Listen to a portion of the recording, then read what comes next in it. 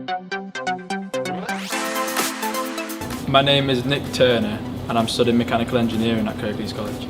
Chose an apprenticeship so I could get hands-on experience, get paid and to get a qualification. I'm on my first year of my apprenticeship, so I've got 3 more years to go, and then after that I just want to stay at my current employer and just work my way up. The path that I want to take is to become a machinist.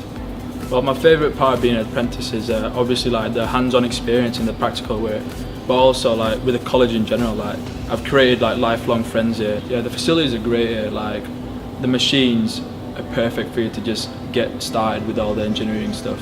And also like during breaks the college looks nice, college is almost new, there's a cafeteria where you can hang out, there's a few chill spots where you can hang out with your friends, and also like a library where you can just go to just to learn more about engineering. The tutors are great, they're really like, yeah, it's in a professional environment, but they're like kind of your friends, they really talk to you like an adult, so I really like that about this college.